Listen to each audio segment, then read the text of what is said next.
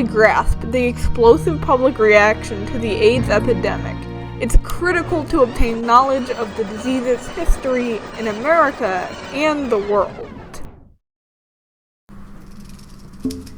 AIDS is a zoonotic disease that can be traced all the way back to chimpanzees with what is known as simian immunodeficiency syndrome, which is a virus that attacks the immune system of monkeys and apes. So how did this harrowing illness stretch over the vast evolutionary lines between humans and monkeys? Scientists conclude that two strains of SIV combine to form a new variant, which can be transmitted between chimps and human beings. Allegedly, the disease entered the human population when African hunters consumed infected monkeys. There has been no significant evidence pointing to any potential first host, yet the first known outbreak was in 1920s Kinshasa.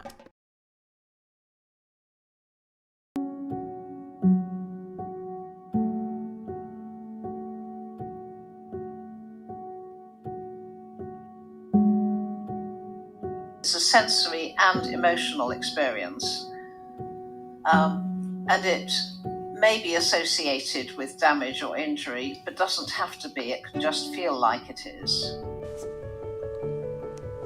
Infants share the innate human response to express their own pain.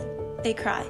This human experience is one of the only intimacies that people from around the globe have participated in.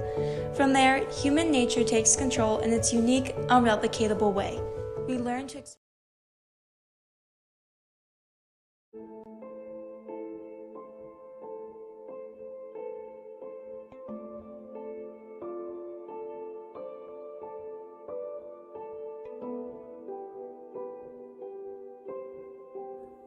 Gender stereotypes. What are gender stereotypes, and why you should be concerned about them? Stated by the United Nations Human Rights Office of the High Commissioner, a gender stereotype is a generalized view or preconception about attributes or characteristics, or the roles that are ought to be possessed by or performed by women and men. Most, if not all, of these gender stereotypes have extremely negative effects.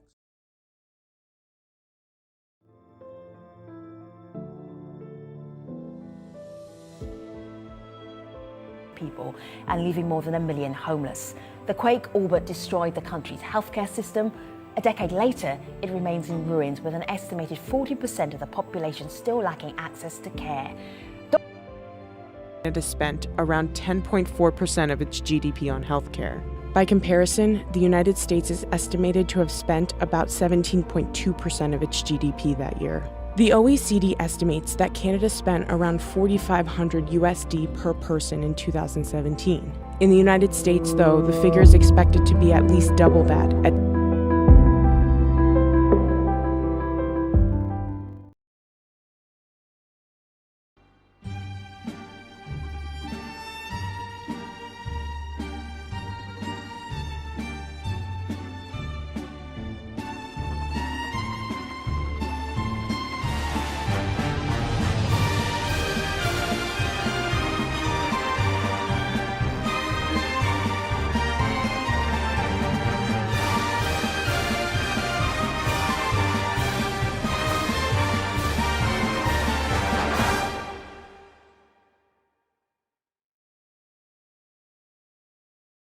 In every society, there are special norms that many people use to dictate how they should live. This contributes to the way that people perceive themselves, which can have a positive or negative influence on their mental health. Today, we will be looking into the norms that teens experience in 3 countries from different parts of the world in order to determine the importance that these norms have on the self-esteem of teenagers. In the United States, athletics plays a large role in the self-image of high schoolers. In China, school is one of the most important parts of life for kids in their teen years. And finally, marriage during the teen years is especially important for self-confidence in Middle Eastern countries. Basketball brings people together. It creates unity in an otherwise divided world.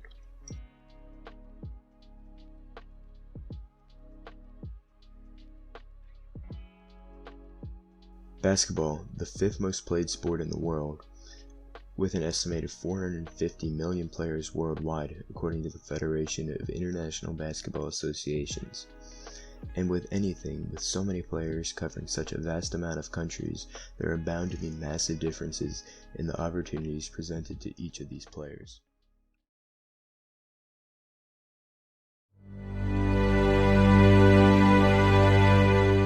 War is a subject many people try to avoid when they think of the world. Many people want the world to be a place of peace, but this might never happen. It is human nature to want power. Power is one of the biggest reasons why wars were thought. One side wants power, while the other side wants to stop them from getting that power. But the fear of war is a very real fear for everybody. They might not feel scared before it, but they will during a time of war. So I need you to always be prepared and always be on your guard. And it takes away from you being a little kid, I know. But I'm trying to protect you right now. If you are approached by police, just stay calm. Don't fight back.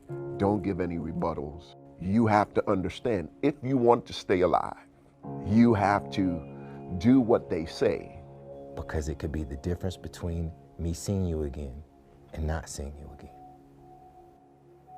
Sad to say, sometimes it may not even work. I'm just gonna be honest. It may not work at all.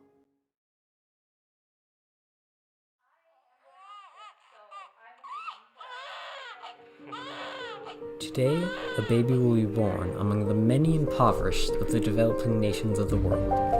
A baby never blessed with the basic comforts and securities of a middle-class Western household. A baby who will never be vaccinated, never have access to procedural health care, and never be able to afford potentially life-saving medical treatments. This baby, like many others of its stock, will suffer under the cold hand of health disparity. Killer that has struck through the likes of malaria, cholera, and yellow fever, turning the unfortunate deaths of a few into a ruthless massacre.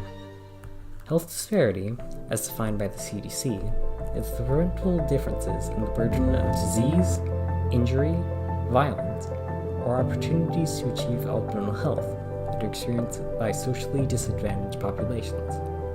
And it isn't unique to corrupt, faraway lands.